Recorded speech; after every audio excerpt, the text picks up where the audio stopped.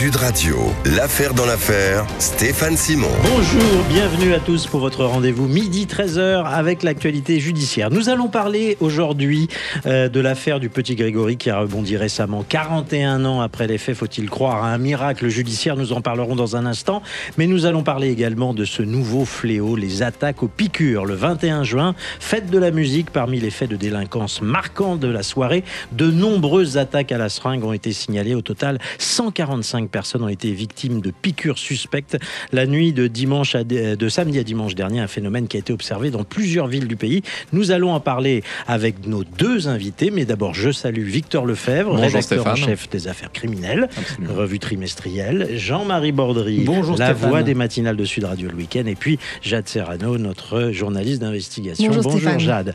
Avec nous Thibaut Solano, vous êtes journaliste et directeur adjoint de Marianne, vous êtes l'invité un peu fil rouge, vous êtes spécialiste de l'affaire Grégory, vous avez notamment écrit un livre remarqué qui s'appelle La Voix rauque aux origines de l'affaire Grégory et du corbeau qui a harcelé la famille. Nous allons en parler, mais nous allons saluer également tout de suite le docteur Sarah, où est-elle Sarah? Je ne retrouve plus son voilà, Sarah Romain, pardon, excusez-moi, je ne retrouvais plus ma fiche, spécialisée dans la toxicologie, expert auprès des tribunaux, pour être précis, auprès de la cour d'appel de Colmar. Bonjour docteur. Bonjour à vous. Alors, docteur, la première question est assez simple. Depuis combien de temps on observe ces attaques à la seringue?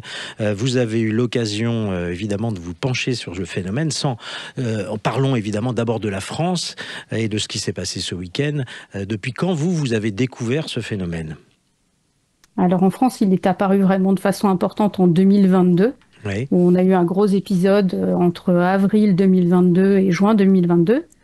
Depuis, ça s'est vraiment atténué, enfin ça a pratiquement disparu. Et là, il semblerait qu'il y a eu un petit regain de cette activité, de ces agressions. Alors par contre, au niveau des chiffres, je ne pourrais absolument pas confirmer. Comme vous le dites, c'est du déclaratif. Et les retours, les chiffres réels, il faut voir avec les ARS. En fait, ce sont eux qui recueillent ces informations. Les agences régionales de santé. Alors, Jade Serrano, la fête de la musique, c'était le week-end dernier. Il y a eu une multiplication des cas. Que s'est-il passé exactement? 145 cas. On a parlé effectivement avec le docteur Romain, de cas déclaratifs. C'est-à-dire, ce sont des personnes qui ont dit avoir été piquées, qui se sont présentées auprès des forces de l'ordre, sûrement.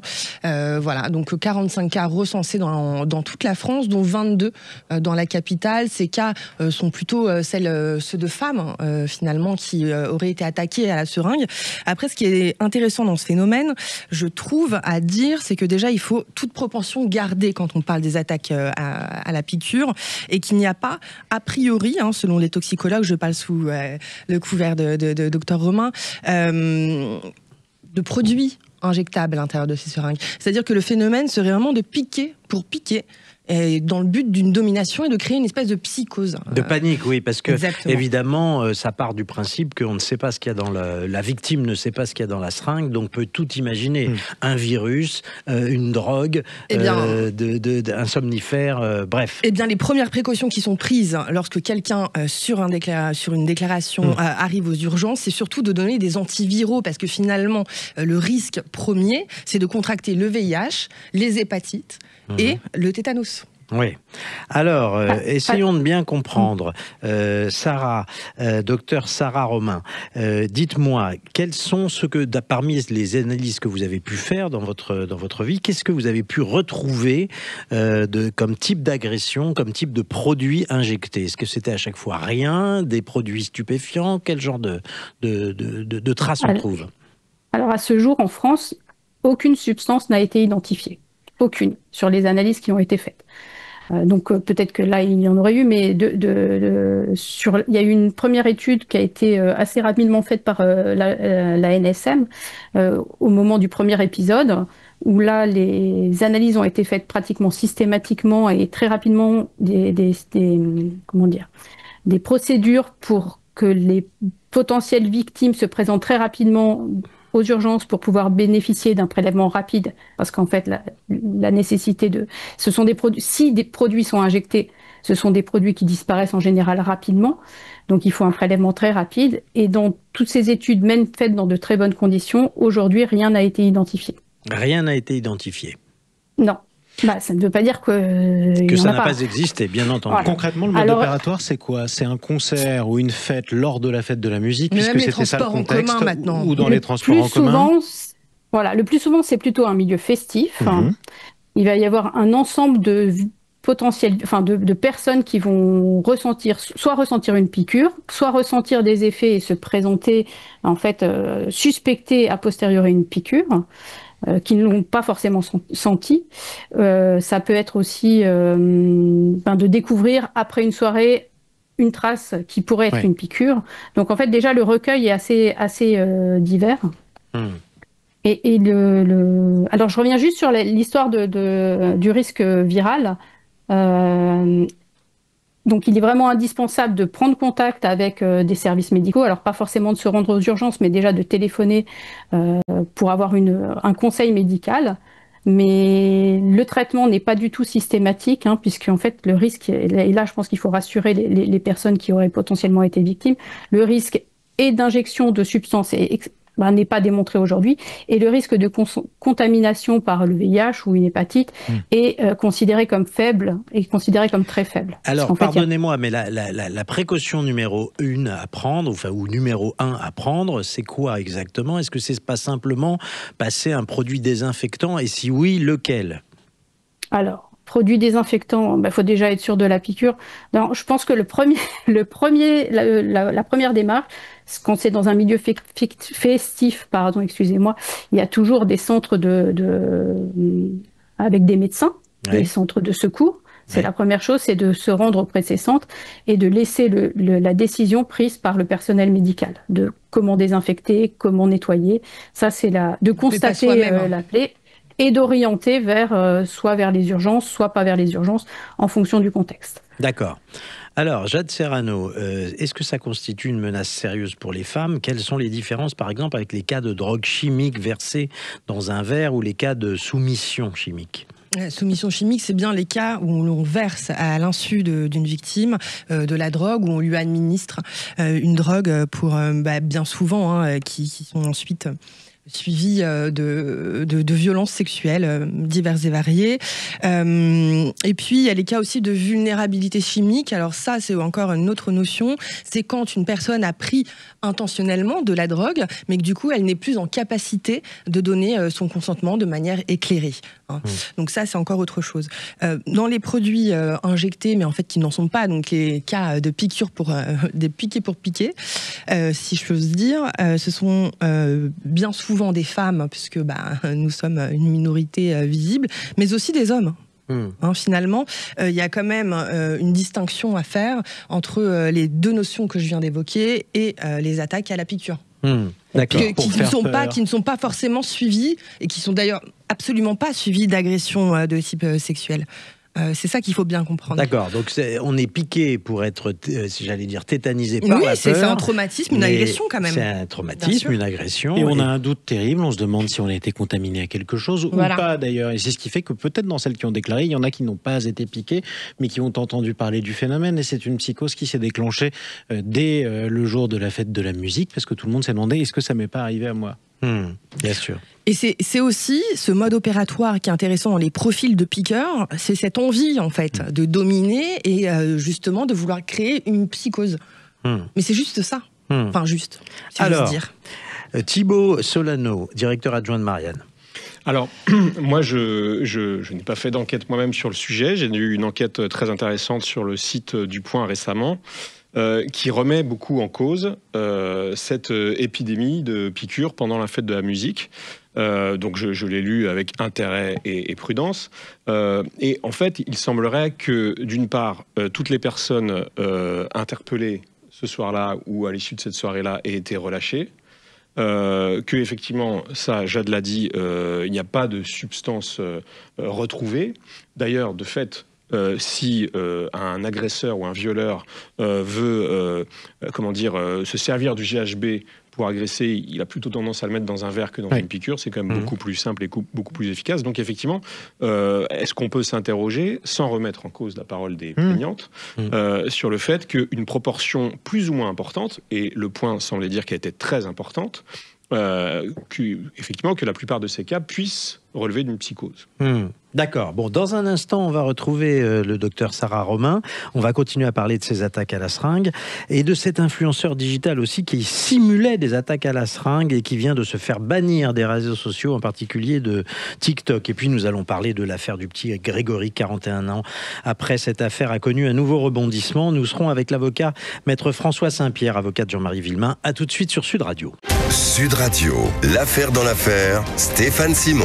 De retour dans l'affaire, une émission en partenariat avec la revue Affaires criminelles. Avec moi aujourd'hui, toujours Victor Lefebvre, fameux Stéphane, rédacteur en chef, bien connu de la revue Affaires criminelles maintenant. Jean-Marie Bordry. Toujours. Thibaut Solano, le directeur adjoint de Marianne, est également avec nous. Jade Serrano. Toujours là.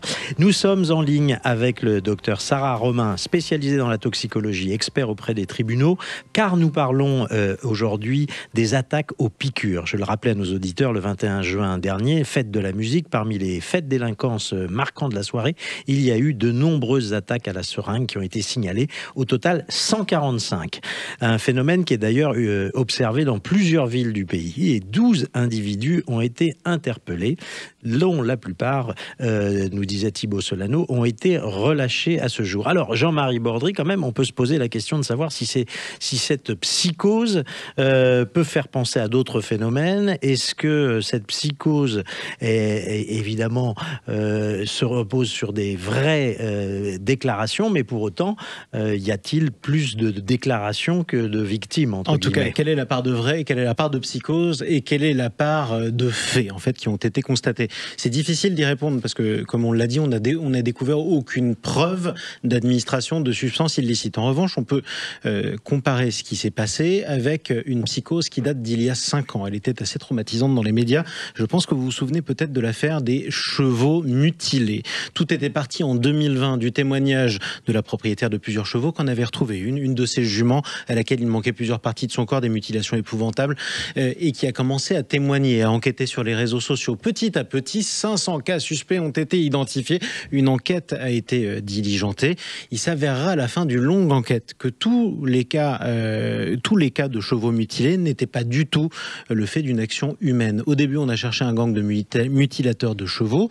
À la fin, 16% des cas de mutilation de chevaux étaient probablement l'objet d'une action humaine. Les autres, c'était quoi ? Des chevaux qui s'étaient blessés entre eux, parfois de manière très grave. Des chevaux qui avaient été victimes aussi de blessures post-mortem. Et ce qui est intéressant, c'est que c'est vrai que tous les médias avaient au début repris cette psychose, puisque mettez-vous à la place d'un propriétaire d'une exploitation équine. Si vous vous dites qu'il y a des gens qui mutilent des chevaux pour leur plaisir ou par occupation la nuit, évidemment vous n'endormez plus, vous surveillez vos chevaux. C'est ce qui s'est passé jusqu'à ce qu'on comprenne, eh bien qu'on était allé un peu trop loin dans la peur. Oui, donc vous vouliez dire quelque chose, Thibaut ? Il faut savoir qu'à l'époque des chevaux mutilés, pour le coup j'ai beaucoup bossé sur cette affaire, les gendarmes avaient la trouille que des agriculteurs, que des éleveurs fassent justice eux-mêmes, puisque beaucoup sont armés, et qu'il y a une victime collatérale. Oui. Et en fait, dans l'histoire des seringues, il faut faire attention aussi au mouvement de foule. Il peut y avoir quelqu'un, pris à partie peut-être à tort, regardez celui-ci a piqué quelqu'un et qui se fasse lyncher par la foule, c'est arrivé dans le sud de la France. Donc c'est aussi ça le phénomène des psychoses, qu'elles soient partiellement relevant de la psychose ou pas, il peut y avoir aussi un phénomène de violence. Collective peut entraîner des représailles sur des personnes complètement innocentes. Alors, pour en parler avec nous, le docteur Sarah Romain, je voudrais quand même vous demander, docteur, depuis quand vous avez entendu parler de ces attaques à la seringue ? Est-ce que c'est le fait simplement de notre pays ? Est-ce que ça existe dans d'autres pays ? Je crois que vous avez un élément d'information à nous dire là-dessus. Puis, rappelez quand même qu'il y a eu une vague de piqûres début avril, des jeunes gens dans les boîtes de nuit, bars, festivals dans toute la France. Je rappelle Lille, Béziers, Nantes, Rennes, Strasbourg, ainsi que Grenoble, Nancy, Lyon, Besançon, Valence ou encore Toulouse ont rapporté ces cas d'attaque à la piqûre. Sarah, s'il vous plaît. Donc, en fait, les premiers phénomènes sont apparus plutôt en Angleterre en 2021 et puis sont arrivés en France en 2022, donc comme vous l'avez dit, en avril-mai 2022. Donc, il y a eu beaucoup de cas signalés en peu de temps. Et donc les études ont été rapidement menées pour essayer de voir la véracité des faits. Donc en fait les chiffres dont on dispose, qui sont des chiffres vraiment sur lesquels on peut se baser, ce sont les chiffres de 2022, parce que c'était une enquête vraiment encadrée par la NSM. Et là, pour revenir sur le sujet de la réalité ou non, il y a environ 500 cas qui ont été étudiés et dans 50% des cas seulement, ou malheureusement, je ne sais pas, la trace de piqûre a pu être objectivée par un professionnel de santé. D'accord. Donc 50%. C'était quand même 250 personnes. Oui, c'est quand même. Alors pas... ça, c'était en 2022. Hein. Oui, tout à fait. Sur la première vague. Voilà. Sur la première ça vague. A été sur la première vague. Après, le plus souvent, il n'y a pas de symptômes ou peu de symptômes, ou des symptômes qui ne sont pas forcément attribués, qui ne sont pas attribués à une substance nuisible qu'on aurait identifiée en tous les cas. Il y a aussi des consommations volontaires de substances autres au moment des faits qui peuvent créer des symptômes. Confusion. Et puis l'anxiété du fait d'avoir été piqué, qui est quand même une agression, même s'il n'y a rien dans la seringue, c'est une agression malgré tout. Donc, oui, dans cette étude-là. Alors là, sur cette année, je n'ai aucune information. Aucune information. Mais il y a des cas où c'est objectivé réellement, et il y a des cas où effectivement on va rien trouver, aucune trace d'injection, aucune trace de piqûre, pardon, plutôt. Juste une sensation d'avoir perdu la mémoire et se poser la question. Et puis il y a le phénomène quand même des autres, si autour de nous quelqu'un est piqué, on va pouvoir potentiellement se sentir. On se projette. On se projette, on suspecte la chose. Est-ce qu'il y a un risque, docteur, que cette psychose de la piqûre, justifiée ou non lors de la dernière fête de la musique, elle vienne du fait aussi que tout le monde se souvient plus ou moins de la dernière psychose qui datait justement d'il y a 3 ans, comme vous le disiez? C'est un peu comme la hantise du pousseur de métro, quoi. On n'en a jamais vu, mais on a tous imaginé un jour qu'on pouvait en croiser un. Il faut quand même aussi remettre dans un contexte où les agressions vis-à-vis des femmes en particulier sont quand même extrêmement fréquentes. C'est un peu du domaine du quotidien, quel que soit le type d'agression. Et je pense que certains auteurs prennent plaisir à juste terroriser quelque part. Pour le plaisir de dominer, comme le disait Jade. Pour le plaisir de dominer, pour le plaisir de faire peur. Alors là, en fait, on n'en connaît pas. Moi, j'ai pas de retour sur les acteurs de ce genre de choses. Donc, je ne sais pas quelle est leur motivation précise. Est-ce qu'il y a des statistiques spécifiques là-dessus? Parce que ça fait partie des agressions, vous le rappeliez, mais est-ce qu'il y a eu, aussi bien au commissariat que dans les centres hospitaliers, quand on va se présenter comme ça, est-ce que même sur la foi du déclaratif, ça rentre dans une case statistique? C'est vraiment pas évident, ça. Alors, je pense que les déclarations, les chiffres les plus représentatifs sont détenus par les centres anti-poison, qui, eux, récupèrent ces informations. En fait, l'attitude la meilleure, c'est quand même de téléphoner à un centre anti-poison, qui va de toute façon orienter permettre d'orienter en fonction de la description des faits, d'orienter la potentielle victime. Et ça permet aussi un recensement précis de ces données, parce qu'en fait, il n'y aura pas nécessairement de plainte, il n'y aura pas de... Voilà. Il n'y a pas aujourd'hui de relevé vraiment clair de cette situation. La soumission chimique, par contre, oui, et la vulnérabilité chimique, on augmente, on améliore finalement le recensement de ce phénomène. Mais pour le phénomène de la piqûre, dans la mesure où il n'y a pas de produit, il n'y a pas de produit. Pas de produit, il y a pas. Ça reste une agression, mais s'il n'y a pas de produit, il n'y a pas d'auteur, c'est très difficile de... Au-delà de l'auteur, docteur, concrètement, si on a un soupçon de s'être fait ingérer à son insu une substance injectée, merci, à son insu une substance chimique, qu'est-ce qu'on doit faire, qu'est-ce qu'on ne doit pas faire? Ça, déjà, première chose, il faut déjà être assuré, puisque on a bien vu que les injections, en fait, en général, c'est une simple piqûre sans injection. Ouais. Juste une piqûre. Donc déjà, on doit savoir que c'est peu probable, première chose. Malgré tout, quelle précaution on doit prendre? Est très faible. La première chose à faire, c'est si on est dans un milieu festif, c'est de se rendre vers les services de soins pour signaler ce phénomène. poste de secours, ne pas non plus essayer de pas engendrer une panique autour de soi, voilà. Et prendre contact avec un centre antipoison, le 15. J'allais dire, il y a les centres antipoison, il y en a énormément. Et bien il y en sûr, a dans chaque région. Il y en a dans chaque région, mais vous passez par le 15 qui vous donnera le bon numéro à joindre, évidemment. Pas se rendre directement aux urgences parce que je pense pas que ce soit une bonne idée. Et ça ne permet pas forcément d'agir assez rapidement, mais de commencer par un appel au 15. Alors il y a aussi le CRAFS, hein, le centre de référence. Alors c'est plus pour la soumission chimique, mais qui répondent aussi au téléphone. Et ça peut être utile aussi. Pas en soirée, mais sinon le 15 qui va orienter en tous les cas.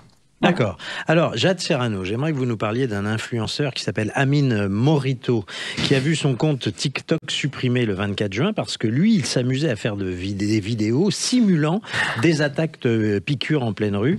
Et finalement, la blague a cessé. Ses comptes ont été suspendus parce que c'était plutôt sinistre. La blague, c'est vite dit, oui. C'est-à-dire qu'il arrivait grimé en une espèce de ce qu'on pourrait appeler agresseur, comme s'il y avait une typologie, voilà. Dans la rue, armé d'une fausse seringue, et puis il arrivait comme ça, et tac, il piquait les individus sur des bancs. Ou il faisait semblant de les piquer. C'est une fausse piqûre, c'est-à-dire comme les farces à attrape, les faux couteaux, voilà, donc c'est pareil. Sauf que bon, on a quand même l'impression que quelque chose, voilà, entre eux. Et puis les vidéos finissaient pas toujours très bien, parce que les gens étaient extrêmement fâchés à juste titre. Enfin voilà, et donc c'était même pas drôle, même pas drôlatique. Non, vraiment, c'est juste de mauvais goût, tout simplement. Et donc, il a été banni. Les réseaux sociaux, bien fait pour lui. Bon. Merci beaucoup, docteur Sarah Romain. Merci d'avoir été avec nous, de nous avoir apporté vos lumières. Thibaut Solano, je voulais qu'on parle dans un instant de l'affaire du petit Grégory. Vous avez écrit, je le rappelais en début d'émission, La Voix rauque aux éditions des Arènes en 2018. Vous êtes intéressé aux origines de l'affaire Grégory et au corbeau qui a harcelé la famille Villemain. Est-ce que vous avez l'impression que les derniers rebondissements sont des rebondissements importants dans cette affaire? Alors je dirais qu'on est à la croisée des chemins. À ce moment-là, il peut encore se passer deux choses. Soit effectivement, on va vers la mise en examen de Jacqueline Jacob. Oui. On rappelle qu'il y a un magistrat, Dominique Brault, qui estime qu'il y a suffisamment d'éléments pour estimer que Jacqueline Jacob est l'un des corbeaux du dossier, parce qu'il y en avait plusieurs. Mais on n'est pas à l'abri d'une impasse, voire d'un fiasco. Vous avez peut-être vu que les avocats de Jacqueline Jacob, qui sont assez offensifs, commencent déjà à brandir deux arguments. Un, le dossier serait vide, c'est-à-dire qu'il n'y aurait pas assez d'éléments contre elle. Deux, les faits visés seraient prescrits. Hey. Alors, on va en parler dans un instant avec maître François Saint-Pierre qui sera avec nous et qui est l'avocat de Jean-Marie Villemain. On se retrouve dans un instant sur Sud Radio. Sud Radio, l'affaire dans l'affaire, Stéphane Simon. Retour dans notre émission sur Sud Radio, une émission en partenariat avec la revue trimestrielle Affaires criminelles, dont nous accueillons le rédacteur en chef, Victor Lefebvre. Bonjour Stéphane. Bonjour, Jean-Marie Bordry, toujours à côté toujours de moi. Présent. Toujours présent, Jade Serrano, journaliste d'investigation. Nous sommes avec Thibaut Solano, journaliste, auteur de La Voix rauque aux éditions Les Arènes, qui s'intéresse aux origines de l'affaire Grégory et à ce corbeau qui a harcelé la famille Villemain. Nous sommes également, et nous l'accueillons avec maître François Saint-Pierre. Vous êtes l'avocat d'un des parents de Grégory. Je crois que vous êtes l'avocat de Jean-Marie Villemain. Bonjour maître, merci d'être avec nous. Et de Christine, bonjour. Parfait. Alors, avant de vous demander votre avis dans un instant, Victor Lefebvre, la grand-tante du petit Grégory, dont Jacqueline Jacob, va être réentendue dans le dossier. Que cherche-t-on à savoir exactement? Alors, on cherche à savoir si c'est bien elle, effectivement, qui aurait écrit ou téléphoné aussi et extrait l'auteur, donc le fameux corbeau, puisqu'effectivement, il y a plusieurs corbeaux dans cette affaire. Et donc, la justice a ordonné un nouvel interrogatoire donc, de la grand-tante. Alors, pour situer Jacqueline Jacob, c'est donc la grande-tante de la victime. Son mari, Marcel, est le frère de Monique, donc la grand-mère de Grégory, donc c'est une Jacob. Et donc, cette fois-ci, la mise en examen porte sur association association de malfaiteurs criminels. Alors, les époux Jacob avaient déjà été mis en examen en 2017 pour un motif différent, c'était enlèvement et séquestration suivi de mort. Celle-ci avait été annulée 1 an plus tard pour vice de forme, donc pour une raison procédurale. Et là, cette fois-ci, les enquêteurs s'intéressent notamment à l'expertise de stylométrie complémentaire. Alors, on va demander peut-être justement à notre invité, maître François Saint-Pierre, qu'est-ce que c'est qu'une analyse de stylométrie? Est-ce que vous pouvez nous expliquer un peu de quoi il s'agit? Oui, écoutez, c'est l'un des éléments du dossier.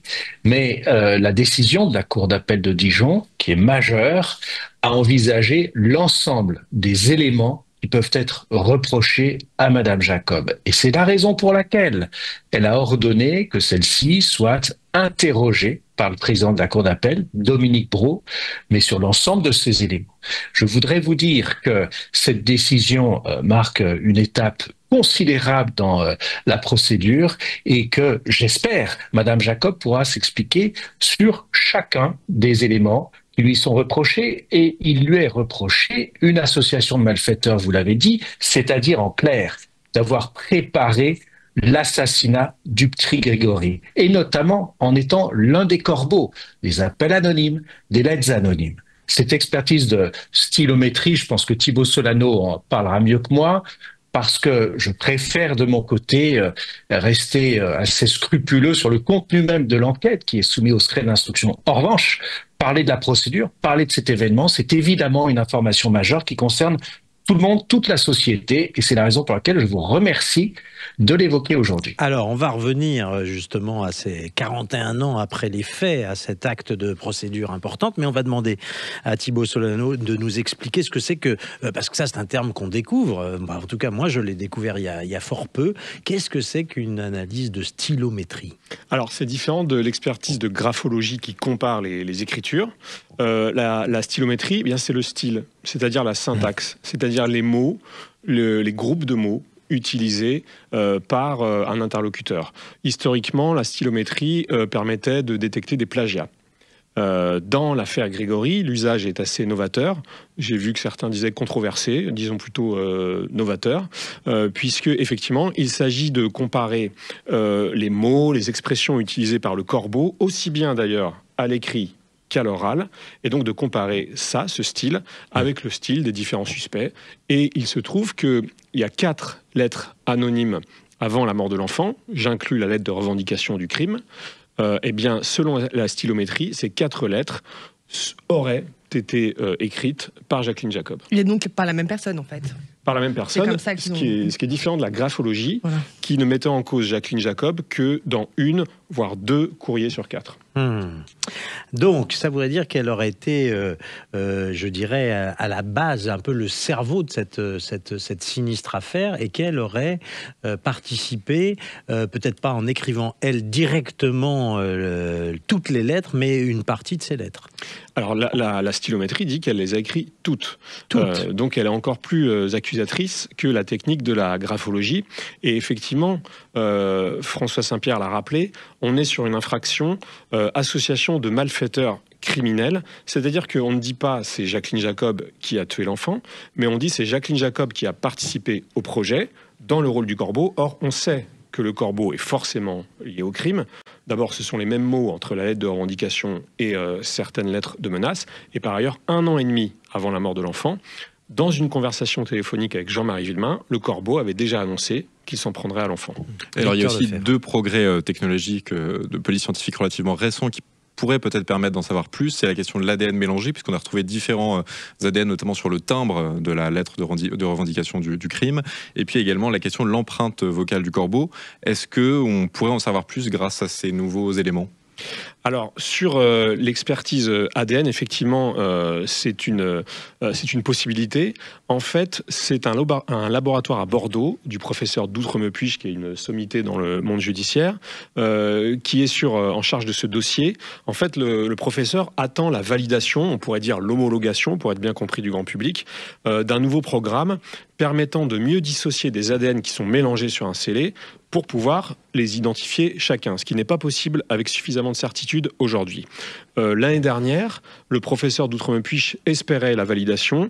elle a été refusée. Le programme n'était pas assez solide. Mais chaque année, la possibilité que le programme soit enfin validé existe. Oui, donc on peut toujours. supposer que dans les prochaines années, il pourrait y avoir encore de nouveaux éléments probants dans l'enquête sur le petit Grégory. C'est tout à fait possible et c'est très important sur la lettre de revendication du crime, puisqu'il y a effectivement notamment un mélange de 4 ADN mélangés qui comporte peut-être celui du tueur. Et alors, qu'est-ce qu'on sait justement, Maître, sur les dernières heures concrètement, sur les dernières heures de vie de Grégory Villemain? Quels sont les éléments solides dont on dispose? Alors, vous évoquiez à l'instant les expertises d'ADN avec les technologies que le professeur Doutrenpuich développe. Monsieur Doutrenpuich, c'est le père de la génétique judiciaire. Et s'il parvient à identifier les ADN qui sont pour l'heure mélangés, nous serons tout proches de la clé de l'énigme. Et vous voyez toute la différence qu'il y a entre la preuve par l'ADN ou par la stylométrie, qui est un élément de contexte. Mais nous ne nous fonderons jamais sur la seule expertise de stylométrie pour désigner telle ou telle personne comme étant coupable ou ne serait-ce que accusée. Nous, ce que nous souhaitons, c'est la vérité, et que cette vérité soit administrée selon des procédures légales sérieuses. Et nous y allons. Et je pense vraiment que l'ensemble des expertises, notamment ADN, mais également de fréquences vocales très intéressantes, permettront de résoudre l'énigme. Avec, et je voudrais le souligner, la détermination sans faille des magistrats et notamment du président M. Brault, envers lequel, évidemment, les Jean-Marie et Christine Villemain expriment toute leur gratitude, je voulais le rappeler. Et sur la question de la prescription des faits, est-ce que c'est quelque chose qui vous inquiète? Parce que les avocats des époux Jacob, justement, arguent de cette question de la prescription. Est-ce que c'est à prendre en compte, ou est-ce que le fait qu'il y ait eu différents actes d'enquête au cours des dernières années permettrait d'éviter la prescription? Madame Jacob est très bien défendue par d'excellents avocats qui usent à merveille de la rhétorique judiciaire, mais moi je vous dis bien clairement que le juge Monsieur Brault a évidemment analysé le sujet. Dans son arrêt, il est expliqué qu'en l'état des choses, la procédure n'est pas prescrite. Et je suis totalement d'accord. Alors, comme le veut la loi, il y aura un débat. Les avocats de la défense vont contester la prescription, la réclamer. Nous allons y répondre et il faudra bien que la Cour d'appel de Dijon, puis je pense la Cour de cassation, y répondent. Nous avons tous les arguments pour dire que cette procédure elle est légale et pas prescrite. Alors, je suis pas sûr que pour tous les auditeurs ce soit captivant qu'on rentre dans le détail de la jurisprudence de la Cour de cassation sur le sujet, mais je vous dis bien clairement que l'affaire est menée tout à fait légalement et surtout que la prescription n'empêche pas cette poursuite. Et ça, c'est essentiel. Alors, ça veut dire que 41 ans après les faits, la justice pourrait apporter de la lumière sur l'affaire du petit Grégory. Ce serait quand même tout à fait exceptionnel. Est-ce que l'on a en tête une autre affaire qui a été, alors là, mettons-nous dans un cas de figure optimiste, mais qui serait résolue plus de 40 ans après les faits? C'est quand même tout à fait extraordinaire, Thibaut Solano. C'est pas simple, hein. Je vous pose une colle, là. Hein. Ah oui, vous me posez une colle. Je pourrais vous dire, par exemple, qu'au pôle Cold Case à Nanterre, qui est cette juridiction créée en 2022 pour résoudre des affaires en souffrance, la plus vieille affaire, c'est l'affaire Méchineau, cette famille qui avait disparu, arrêtez-moi si je me trompe, la nuit de Noël en Charente. Cette affaire pourrait un jour être résolue, et auquel cas elle deviendrait le plus vieux cold case résolu aussi longtemps après les faits. Mais sinon, je ne connais aucune affaire, de toute façon, comparable à l'affaire Grégory, où quand même on parle d'un enfant tué par jalousie vis-à-vis de ses parents. Alors, dans un instant, on va revenir sur cette affaire. On va essayer de vous expliquer, parce que vous avez tous encore en tête Bernard Laroche, Christine Villemain. On va vous donner des éléments pour comprendre. Et on va demander aussi à Maître François Saint-Pierre dans quel état d'esprit Christine et Jean-Marie Villemain accueillent ce nouveau rebondissement. À tout de suite sur Sud Radio. Sud Radio, l'affaire dans l'affaire, Stéphane Simon. Retour dans l'affaire, une émission en partenariat avec la revue trimestrielle Affaires criminelles. Nous sommes avec Thibaut Solano, aujourd'hui journaliste et directeur adjoint de Marianne. Il est l'auteur de La Voix rauque aux éditions Les Arènes, sorti en 2018, mais un livre qui s'invite au devant de l'actualité avec cette affaire Grégory qui rebondit. Vous avez été, on va dire, extrêmement disert sur ce corbeau qui a harcelé la famille famille Villemain et on est au cœur de notre sujet ce matin. L'affaire du petit Grégory, 41 ans donc après les faits. Souvenez-vous, la disparition de cet enfant de 4 ans et demi dans la Vologne. L'affaire pourrait donc rebondir. Alors, maître François Saint-Pierre, vous êtes également avec nous. Je rappelle que vous êtes l'avocat de Jean-Marie Villemain et de Christine Villemain et on a envie de vous demander dans quel état d'esprit, évidemment, Christine et Jean-Marie Villemain accueillent ce rebondissement. Écoutez, toute leur vie est concentrée sur ce crime atroce et ils restent totalement motivés pour que la vérité soit faite un jour. Alors, chaque étape comme celle-ci provoque chez eux une émotion évidemment considérable. Et donc, avec mes deux consoeurs, Katia Gabriel, Marie-Christine Chastan-Morand, nous les défendons, nous sommes toujours en conversation avec eux. Ce que je peux vous dire, c'est que ils sont toujours si déterminés, si douloureux et si confiants dans la justice. Ce sont des sentiments très contraires, mais qui s'allient si bien. Je crois que le crime de l'assassinat de Grégory a marqué la société française tout entière depuis ces 40 années. Ils le savent, ils savent que la population française est avec eux. Moi, je crois que c'est une question de philosophie. Est-ce qu'il serait acceptable que le crime aussi affreux que celui-ci reste irrésolu, qu'on referme le dossier, qu'on baisse les bras? Non, la justice continue et je vous redis qu'ils expriment toute leur gratitude envers la justice et notamment le juge Brault qui fait un travail très remarquable. Thibaut Solano, on va essayer d'expliquer à nos plus jeunes auditeurs, parce que l'affaire est ancienne, 41 ans, je le disais. Certains ont entendu parler, d'ailleurs, notamment à travers un documentaire de Netflix, de Bernard Laroche, qui a été le premier à être, je dirais, désigné dans cette affaire. Et puis après, c'était du côté de la mère que la justice était allée, je crois, sous l'emprise du commissaire de police Corazi, je crois. Hein. C'est bien ça. Est-ce que vous pouvez nous expliquer en quoi ces deux pistes sont à la fois l'une, la piste de la mère totalement ridicule aujourd'hui à ce jour, et puis celle de Bernard Laroche pourrait quand même être dans le complot familial? Oui, tout à fait. En fait, historiquement, l'enquête a d'abord été confiée aux gendarmes qui sont partis notamment à l'appui d'une expertise graphologique vers Bernard Laroche. Ouais. Ils ont investigué sur le cas Bernard Laroche qui a fini par être dénoncé par sa belle-sœur, la fameuse Muriel Boll, qui a dit qu'elle se trouvait avec lui dans la voiture, qu'elle l'a vu enlever un enfant correspondant à la description de Grégory. Puis ensuite, on l'a laissé rentrer dans sa famille. Et puis finalement, elle est revenue et elle a dit « j'ai menti, mon beau-frère est innocent ». À partir de là, le juge Lambert, qui était un jeune juge d'une trentaine d'années, eh bien, je dirais, a sans doute subi des influences contraires et a fini par laisser Bernard Laroche, qu'il avait inculpé en plan, c'est-à-dire plus pas d'expertise psychiatrique, plus d'interrogatoire sur le fond, rien, et il confie l'enquête aux policiers qui, eux, partent bille en tête vers Christine Villemain. Ils estimaient que c'était forcément la mère, qu'elle était la dernière à l'avoir vue, etc. Mais ce qu'il faut savoir, c'est que cette enquête à sens unique a été totalement désavouée par la justice dans une décision historique, bien après, quasiment 10 ans après la mort de l'enfant en 1993, il y a eu un non-lieu rendu. Absolument, on ne le dira jamais assez. Exactement, et qui a étudié les 25 charges de mémoire qui visaient Christine Villemain et qui les a toutes pulvérisées. Victor Lefebvre. Oui, et puis la question aussi dans cette affaire, c'est la question du silence, du poids du silence. Les époux Jacob, en 2017, quand ils sont interrogés, ont refusé de parler.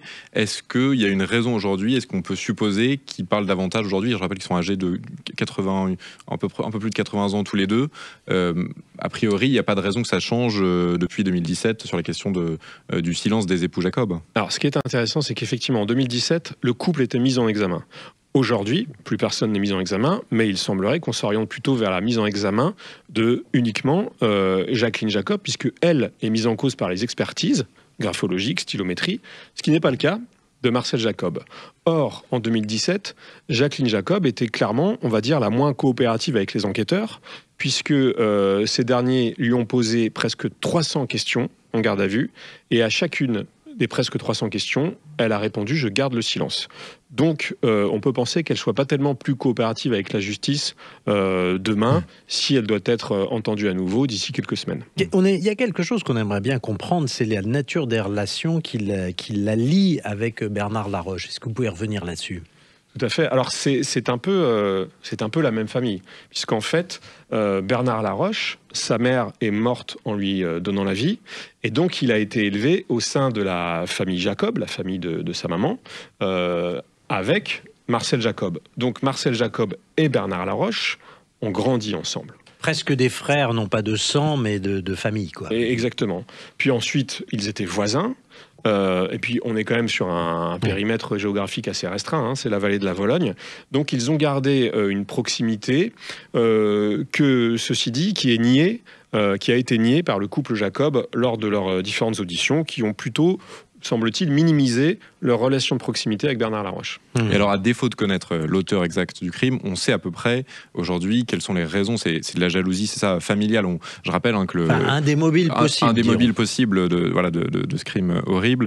Je rappelle que d'ailleurs le premier appel du Corbeau, c'est le 1er août 1981, donc près de 3 ans avant la mort du petit Grégory. Est-ce qu'on peut expliquer les raisons justement, ce contexte familial? C'est parce que le père du petit Grégory était devenu contremaître, hein, c'est ça, à l'âge très jeune. Thibaut Solano est le spécialiste et c'est vraiment celui qui s'est penché sur le Corbeau qui a harcelé la famille Villemain. Donc on vous écoute. Alors en fait, le Corbeau avait plusieurs cibles au sein de la famille Villemain. Disons que les 2 cibles principales, c'était le couple Jean-Marie et Christine et le couple des grands-parents, Albert et Monique Villemain. Et à chacune de ces cibles, il tapait là où ça faisait mal, en tout cas, il leur trouvait un point sensible.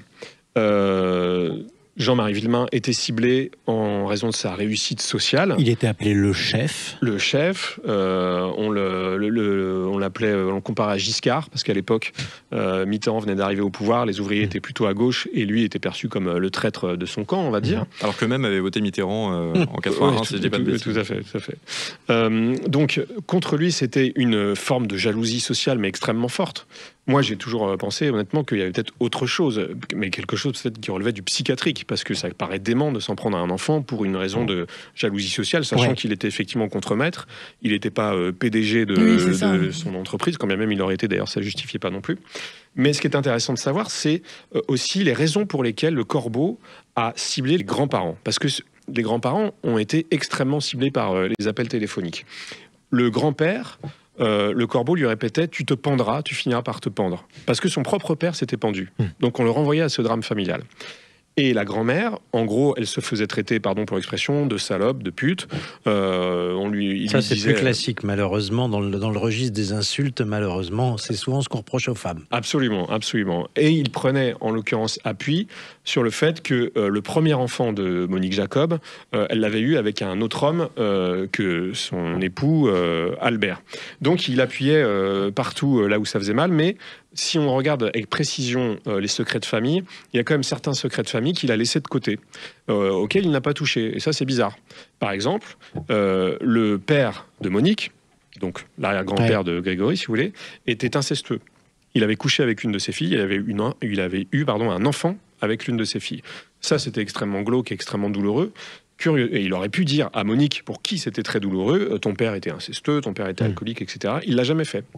Pourquoi il a laissé ce secret de famille à côté? Est-ce que ça le touchait lui-même? C'est une hypothèse. Oui, puis il y a cette scène aussi récente, c'était en 2021, à l'occasion d'un reportage sur TF1, on entend le beau-frère de Jacqueline, René Jacob, on lui fait écouter un enregistrement du Corbeau, il s'exclame « c'est Jacqueline, je reconnais son rire en particulier ». Donc là encore, ça tendrait plutôt, je parle évidemment au conditionnel, à accuser, encore une fois, Jacqueline Jacob comme étant le Corbeau. Le témoignage est l'une des 9 charges retenues contre Jacqueline aujourd'hui. Alors, on vous remercie, c'est passionnant. Je pense que nous reviendrons sur cette affaire, évidemment, Grégory, dans les semaines qui viennent. Je voudrais en particulier remercier Maître François Saint-Pierre d'avoir été avec nous, de nous avoir apporté toutes ces lumières et un point sur la procédure en cours. Merci beaucoup. Thibaut Solano, merci également. Je rappelle que vous êtes l'auteur de La Voix rauque aux éditions Les Arènes, sorti en 2018. Vous pouvez retrouver évidemment l'essentiel de ce que l'on s'est raconté sur notre chaîne YouTube de Sud Radio, la chaîne YouTube Sud Radio, pardon, voilà, et à l'affaire dans l'affaire l'affaire. La semaine prochaine, on se retrouve samedi midi pour une nouvelle affaire dans l'affaire. Et tout de suite, c'est Alain Marty. Avec un beau programme, escapade dans le Roussillon pour commencer. Puis ensuite, on va vous présenter la coupe du meilleur pot décernée par la prestigieuse Académie Rabelais. Parfait. À tout de suite sur Sud Radio.